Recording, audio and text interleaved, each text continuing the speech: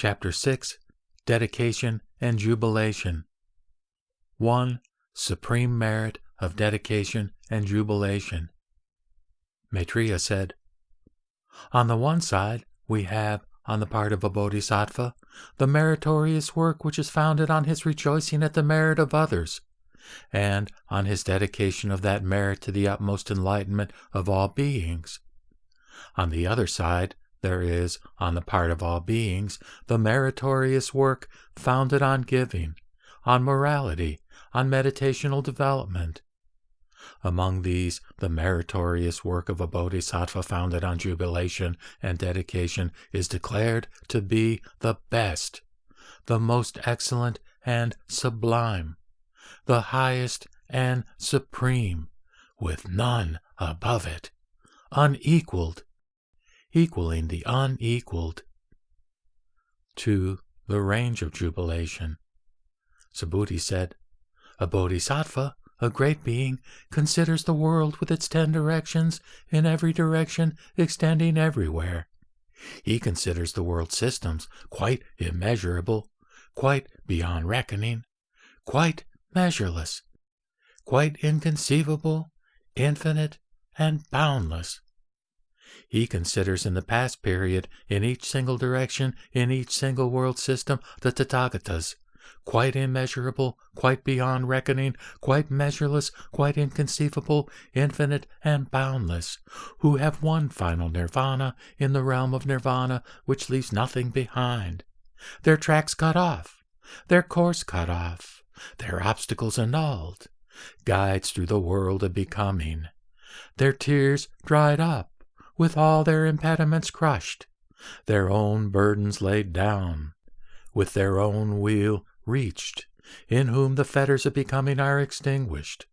whose thoughts are well freed by right understanding, and who have attained to the highest perfection in the control of their entire hearts.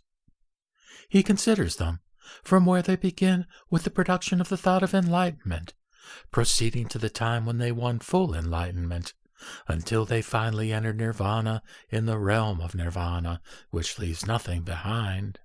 and the whole span of time up to the vanishing of the good Dharma, as preached by each one of these Tathagatas.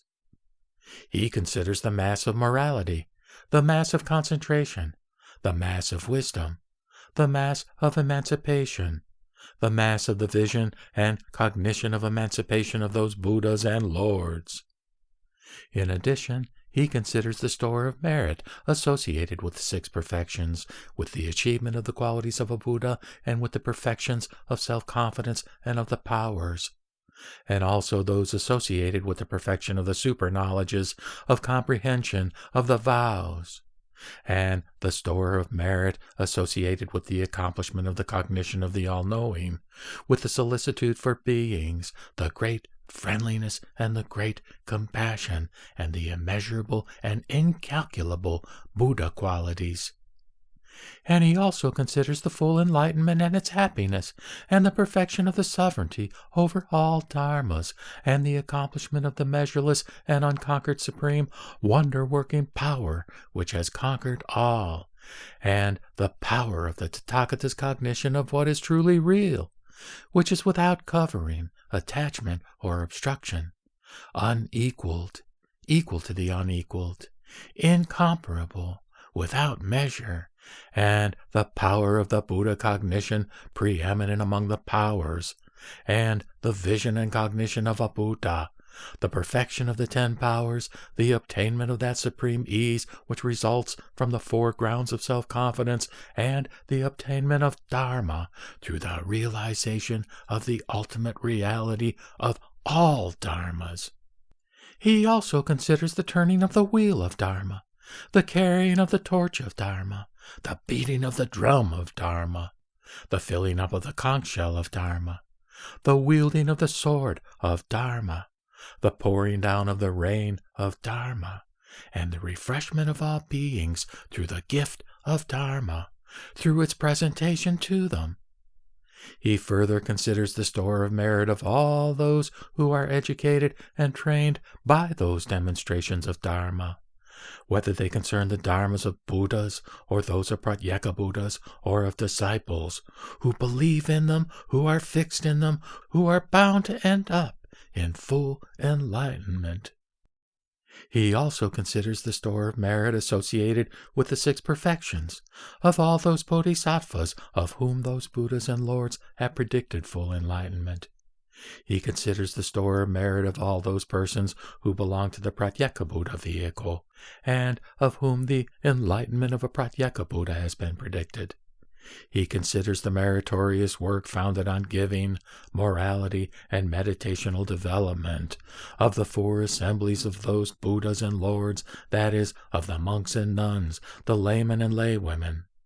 He considers the roots of good planted during all that time by gods, Nagas, Yakshas, Gandharvas, Asuras, Garudas, Kimnaras, and Maharagas, by men and ghosts, and also by animals, at the time when those Buddhas and Lords demonstrated the Dharma, and when they entered Parinirvana. And when they had entered Parinirvana, thanks to the Buddha, the Lord, thanks to the Dharma, thanks to the Sangha, and thanks to persons of right mind culture. In his meditation, the Bodhisattva piles up the roots of good of all those, all that quantity of merit without exception or remainder, rolls it into one lump, weighs it, and rejoices over it with the most excellent and sublime jubilation, the highest and utmost jubilation, with none above it, unequaled, equaling the unequaled. Having thus rejoiced, he utters the remark, I turn over into full enlightenment the meritorious work founded on jubilation. May it feed the full enlightenment of myself and of all beings. I turn over into full enlightenment the meritorious work founded on jubilation. May it feed the full enlightenment of myself and of all beings.